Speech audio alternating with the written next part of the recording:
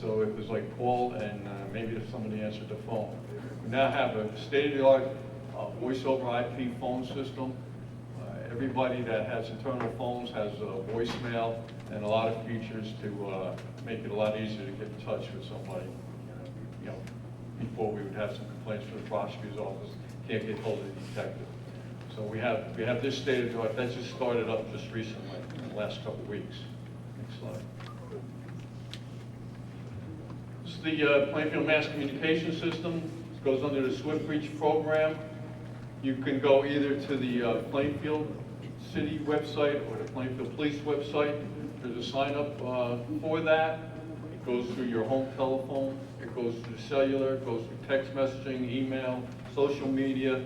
And the easiest one to do is if you have a smartphone, you download the app to your smartphone and you get the information right there on your phone. You get the alerts. We put out stuff during the storms, missing persons. Actually helped us find a missing person about a year ago, I believe it was, in a very short order because the missing person was at someone's house and they got the phone call about this missing person. Said, whoa, you know, they're looking for you. And so we had that one solved in short order because of this system. So these are the things that we need to make our job easier and make everybody safer out there. So I encourage you to sign up for that and make sure you have that on there. You know, and you can pick and choose as to some of the stuff that you want to get out of it. Slide. Nexel, that's a similar type program, not as robust in this particular application. It's a short character text message, 140 characters or less. Sometimes it might be broken up and you get like 2 text messages, but you can sign up for Nexel. That's by zip code. So this is sort of countrywide, so if you put our zip code in there, 07060, you'll get the Plainfield Nexel alerts, and you also get surrounding community alerts because it's all intertwined. And you can sign up for ones if you work in another area, you can sign up for the zip code on that area. And I encourage you to also sign up for that. Get the Megas alerts. All these systems are integrated now. Our CCTV program, our cameras, they're integrated into our mobile patrol units, the cars with the computers. They have the vehicle location in there. It's tied into our mapping system. It gives our 911 center, our CCTV center, information from each of the applications. We have the gunshot detection system that's tied into that. And as far as the camera system, tying everything together. So this all integrates in together so that one component is relying on the other to give information and pass the information back and forth. And these are things that we've implemented in a very short order, and thanks to actually the funding from the city. Next. This is a big one. This one started last year. We went live in November, 92 body cameras. It was a pilot program that the prosecutor's office started up and that we are asked to join. And we joined it willingly and open-heartedly. This is something that's, you see, like toned down. So you see this going national, all right? Everybody's demanding greater transparency for the police officers. Right?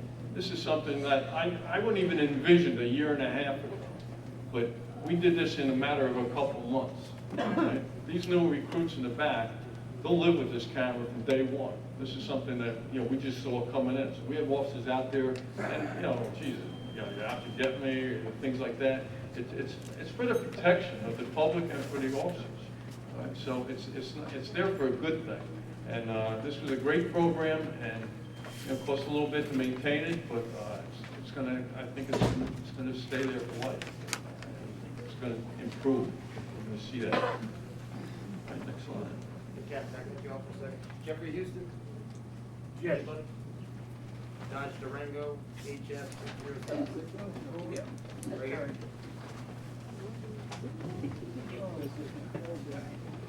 Emergency Operations Center down with our 911 center and our CCTV center. We've been upgrading that over the past few months and making that better so that we have more information available. You see screens in the background so we can bring up the news crews. We can bring up antenna TV. anybody remembers that. You still get TV over an antenna, believe it or not. And that saved us during Sandy, when we lost all the fiber and Comcast cable. We still had TV to monitor national networks. And in there, you know, police, fire, rescue squad, EMS, everybody's there, and those upgrades are there. So we made them in-house, with in-house staff. Public Works helped us in our signal bureau to make the improvements down there. It's for storm preparations, for the monitoring operations. We use it for our IT operations center. We're also using it as a training room, so we haven't just lost this for a room. Our 911 just went through all the training for the new phone system back there, and our VoIP system had to be canceled last week due to illness from the vendor, but next week it's scheduled, and we'll be having that down there. So that's also available. All right. And this isn't the end of it. These are things that we've got going on right now. We have a new generator. During Sandy, we lost power, we know, for 4 days, and we have a small generator that handles part of the building. It handles the 911 center, it handles the current computer systems and things like that. The new generator will be power the building for the police and the municipal court, CCTV, and 911 will all be powered through that and through a backup batteries setup. Construction on that is starting to begin in the next probably couple days. The 911 center upgrade, council had recently funded that. We had delivery of some of our first equipment today and at the end of the month, so I expect probably by the middle of next month we'll have revamped that room, given our dispatchers new workstations, all computer controlled equipment as opposed to some of our push button radio equipment. So the radio system's getting upgraded. The officers out in the field will be getting different radios and a much better model. And we'll be preparing ourselves for the future, because eventually we'll have to be doing a statewide radio system.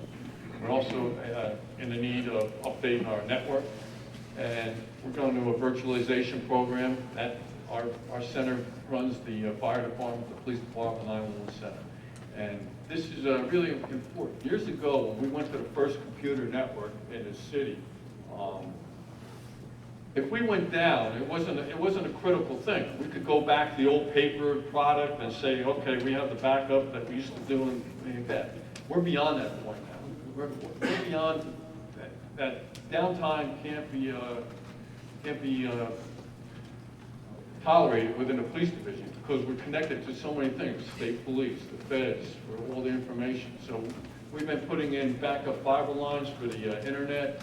We'll have virtualization so that if a server goes down, we'll have one that's automatically taken over. So we'll be in a lot better position in the coming months as we complete these projects.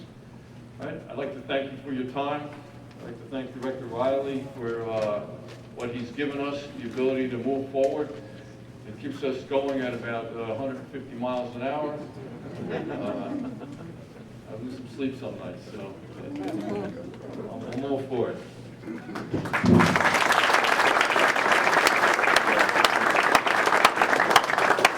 Just on a quick side note, I'd like to have the professional standards supervisors come back up. There was something glanced over. We just want to clarify something so we can, so everybody can understand. As Lieutenant said, I'm Sergeant William Towers, the Office of Professional Standards. Just want to make sure everyone understood, this is just the first quarter. So this is January 1st to date, which would be almost the end of March. So this is just the first quarter. Again, you see a sharp decline. We contribute that to the accountability that the director has held us to the standard, and also the cameras. We believe they're a big influence. It's important to realize, too, the first month we had no complaints. In February, we had 4 complaints, but one of the complaints was the same individual making 2 complaints, and he's known to our office. One complaint was something that happened last year that the prosecutor's office brought to our attention to investigate. Part of it, it's kind of a sidekick to a case that they're working on, something that we have to make sure was done appropriate with professional standards. And another one was an anonymous complaint. They were upset about something an officer did. They had no idea who the officer was. So it's kind of skewed in a sense. I'd almost like to say we don't have any complaints this year, but for record, we do have 4. Again, the cameras have helped us. The accountability has helped us Keep in mind, all these records are accessible to the public. We do a quarterly report. There'll be 4 quarters done every year, and then we do a year-end report. They not only include everything internal, but external that comes from the citizens. We also have the pursuits and the use of force. All this is provided to the prosecutor's office, those are the authority that will disseminate this, or you can inquire with them. But again, we do it quarterly, and we do a year-end report. But this is important to notice, this is just this year compared to last year, January to March. And as you can see, a dramatic drop.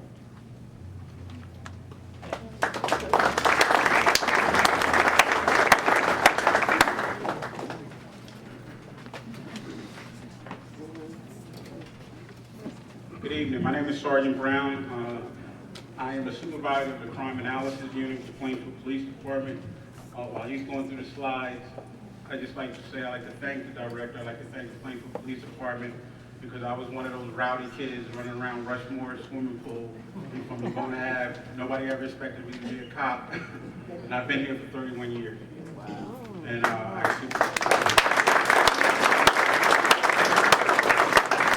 Thank you. And I supervise the Crime Analysis Unit. About a year ago, the director came to me and said, "Hey, Sarge, I'm thinking about creating a Crime Analysis Unit." I said, "That's good. What's that?" He says, "Figure out real quick because you're going to be in charge of it." In that year's time, we've been the only police department in Union County that sent anybody to crime analysis training. We received training in St. Petersburg Police Department in Florida from a guy named Steve Godlick. He wrote the book on crime analysis known worldwide. And next month, we'll have the first crime analysis certified by the Department of Justice in New Jersey. So that's a big movement that we made. I love when I go to the class, and I've got people in my class from all over the world, Nigeria, Canada, and on that wall is a Plainfield police patch in Florida. That Plainfield sent somebody.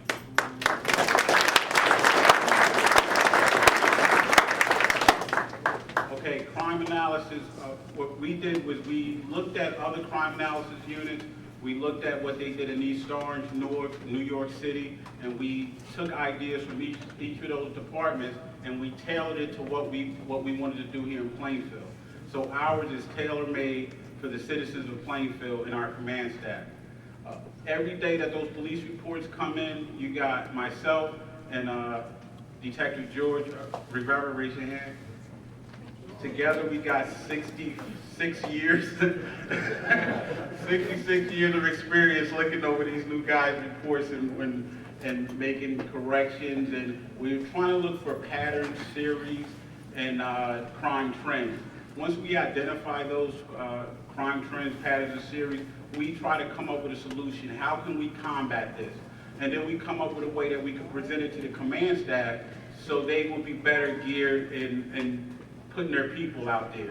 So when we come up with it, we do geographic maps. We got the known suspects who may be committing a crime, where we think they're going to hit next, and we give them some suggestions on how to follow through to effectively end that crime series, or crime pattern, or crime trend. And doing that, that's the everyday thing. You'll see us in on our own time on Sunday because we can't miss a day because the criminals don't. They're at it every day, so we have to come in probably every day or look at this stuff at home to come up with something. The director has no problem calling you at 2 o'clock in the morning, asking you about a shooting, whatever. So the 3 new concepts that we came up in looking at the other departments is the CommStat, hotspot policing, and the strategic crime plan. These are taken from other departments, and this is, you'll see at the end how it serves the Plainfield Police Department. Next one. Okay, the CommStat, you've probably seen this on TV series. It's where the management of the police department is held accountable for the way they fight crime in the city.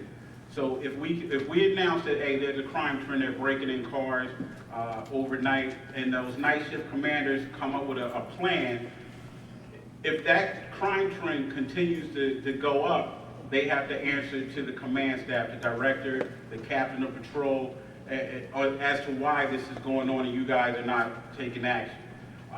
And that's the whole thing. You have to stop the crime before it gets out of control. And the CompStat goes by 4 principles. The first was accurate and timely intelligence. That's either by us providing them with the intelligence or the watch commander seeing things at night and saying, hey, I see a bunch of guys hanging on this corner, or I'm starting to see a lot of robberies happening around this bar closing. So, and they have to go to the second process is effective tactics. They now have to sit down with those sergeants and come up with a plan of attack. How are we going to do this? How are we going to stop these robberies or whatever, whether it be taking guys, putting them in plain clothes, putting guys on the roof, putting guys in unmarked cars, whatever they can do to knock that crime out before it becomes a problem for the city. Rapid deployment, they don't have to wait for us to see the crime trend. They can see it and take action. They can call the director, or they can call someone from narcotics or someone from the CIB, say we need extra vehicles, we need this, and they handle it very rapidly. This has been, I can tell you, this is the most impressive thing that I've seen from our lieutenants, because they're on it when it happens. Normally when I walk in the morning at 8 o'clock, they already have the trend identified and already telling me what they're gonna do, and they're asking me for maps and who I think is a suspect. And the last thing is follow-up and assessment. Every Thursday we meet, we have a CompStat report. We go over the crime stats, and then each watch commander gets a chance to get up and tell what they've identified and what they've done to knock down the crime. For years past, I've been here for 30 years, not trying to down how we did it in the past. Years past, there was no crime plan. It was, we're going to keep coming to work until we catch this guy or he gets shot breaking into somebody's house or whatever. There was no CompStat plan. The CompStat thing on the left, that's a binder that the watch commanders carry. That's their playbook. Everything they've done that worked, they have it in there. Everything they've done that failed, they have it in there. So if they, last year they dealt with a rapist, they already know what worked last year. They can go right back to that book and jump on it real quick with the strategies that work. Each watch commander is required to do a written strategic crime reduction plan every quarter. So it's what I would do if I had all these resources and everything, what I would do to reduce crime. And this goes out to the other watch commanders so they can share ideas. And at the end of the quarter, they take what worked and they keep it for the next quarter. What didn't work, they trash it. So the plan gets better and better as we go. On the left, the CompStat report. The CompStat report it comes out once a week. I call this the watch commander's report card. They hate when they see that red because they know they're gonna get eat up in the CompStat meeting.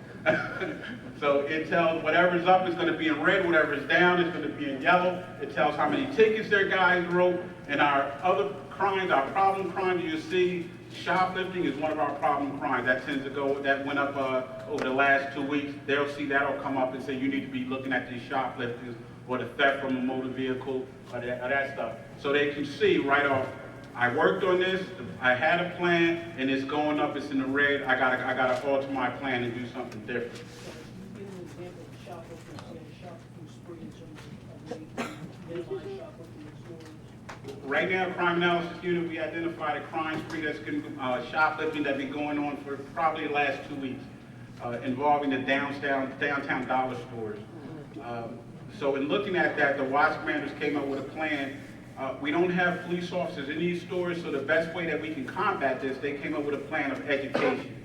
So what we're going to do to combat that, we came up, Detective Rivera used to be in our COP unit, so he came up with a plan on handouts that we're going to give to the store owners. We're going to teach them how to recognize the shoplifters, and we're going to connect all of them. So if somebody shoplifts in one store, we'll be able to send that photograph of this shoplifter to the other store.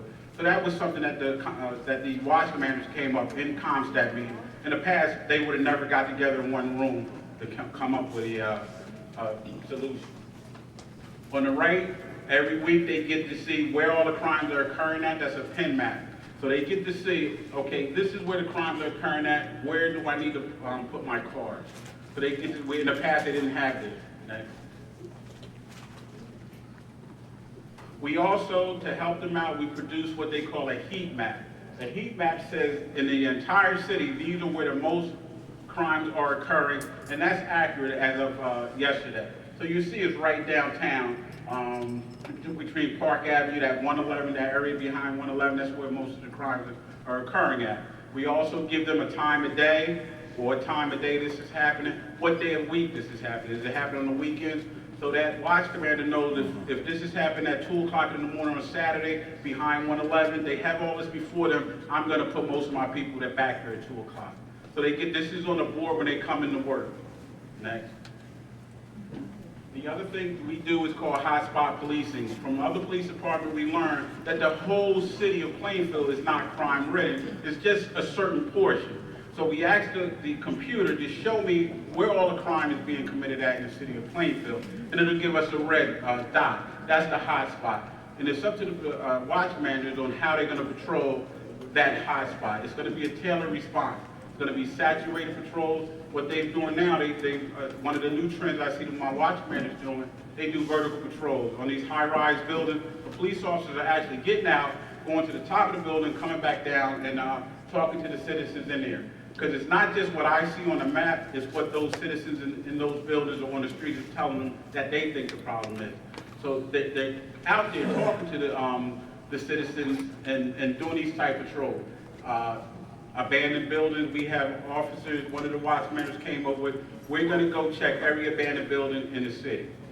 What we've been having is, everybody knows this, they've been going in abandoned buildings and stealing copper. When we get notified when the basement flooded.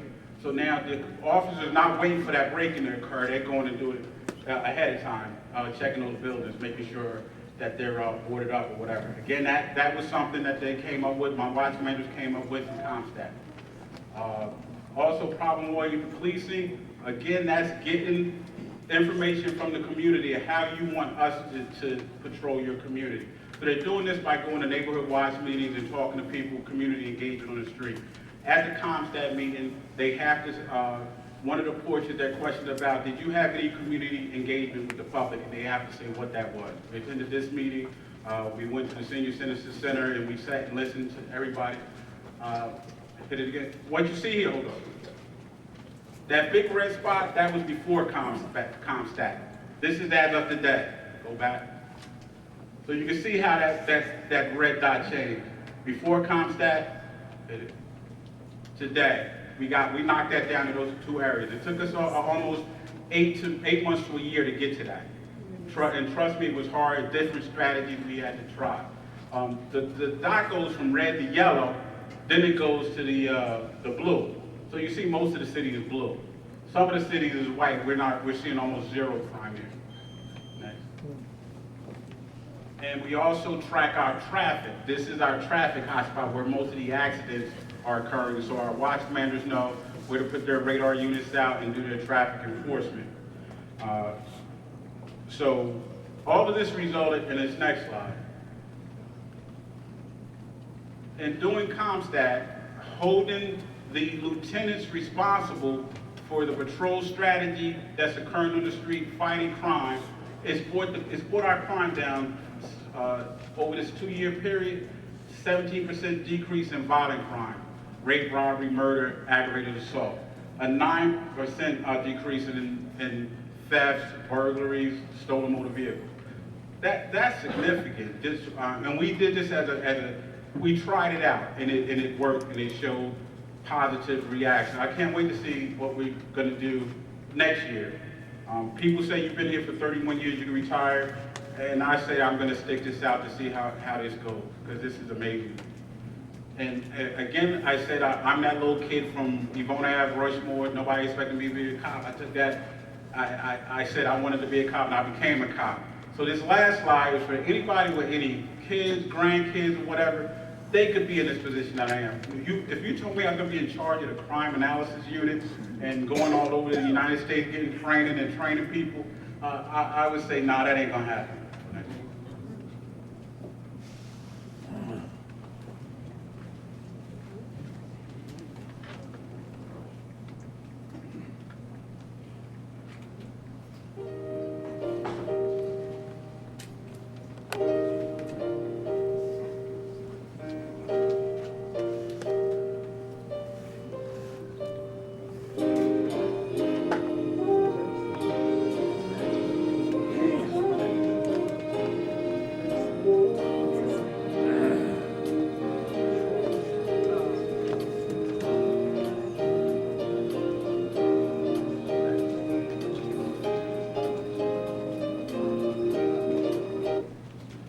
really mean that. And thanks to my fellow police officers, you guys make me proud every day.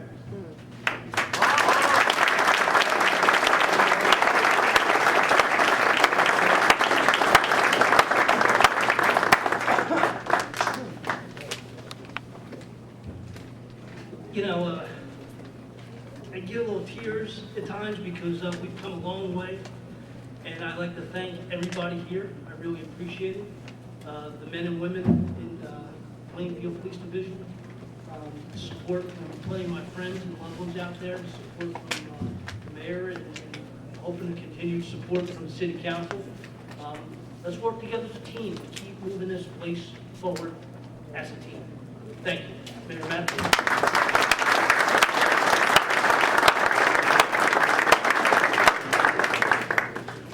So you can see the culture in the Plainfield Police Department is one of determination, one of hard work, integrity, and putting you, the members of the public, first.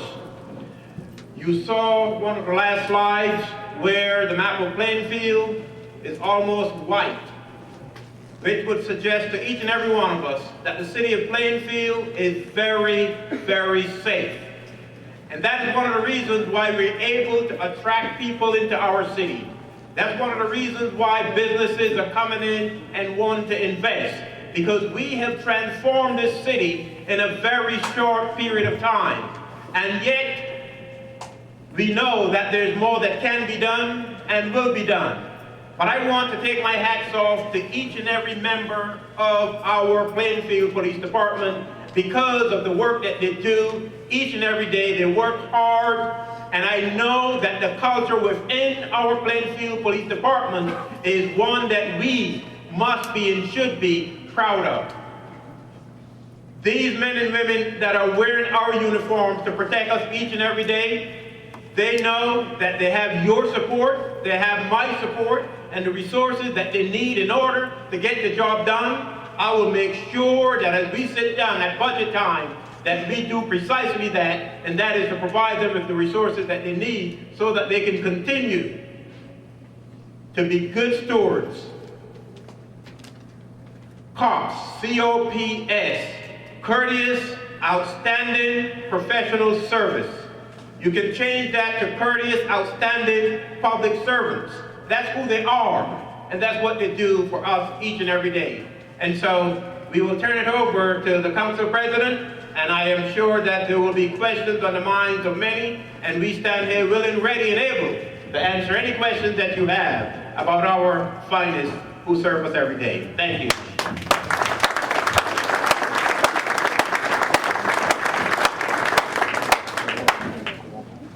I know I'm speaking for the whole council when I say thank you to the leadership of the police department, to the folks who made the presentations tonight, Director Riley, former Police Chief Santiago, Lieutenant Benson, Sergeant Henderson, Lieutenant Williams, Captain Solstice, Sergeant Tyler, and Solstice. Sorry about that. It is the spring solstice. Probably heard that before, right? And Sergeant Brown. And especially, I want to thank the officers who patrol our streets, who walk our streets, who do like the nitty-gritty police work every single day to keep our city safe and to make it safer. Because we know that we have some areas in the city that where not everybody feels safe all the time, and we are making progress in helping them. And we have a lot more to do, but I'm heartened by what's happening, what I'm hearing tonight, because it sounds to me like we're moving the police division and the city in a very positive direction. Now, I want to ask my colleagues, if you have any questions, we're going to have to share this one microphone. First of all, I'd like to say thank you very much. This is the first time, and I want to congratulate all of these officers, and we've never had this. And so I thank you on behalf of our citizens of Plainfield and our city council.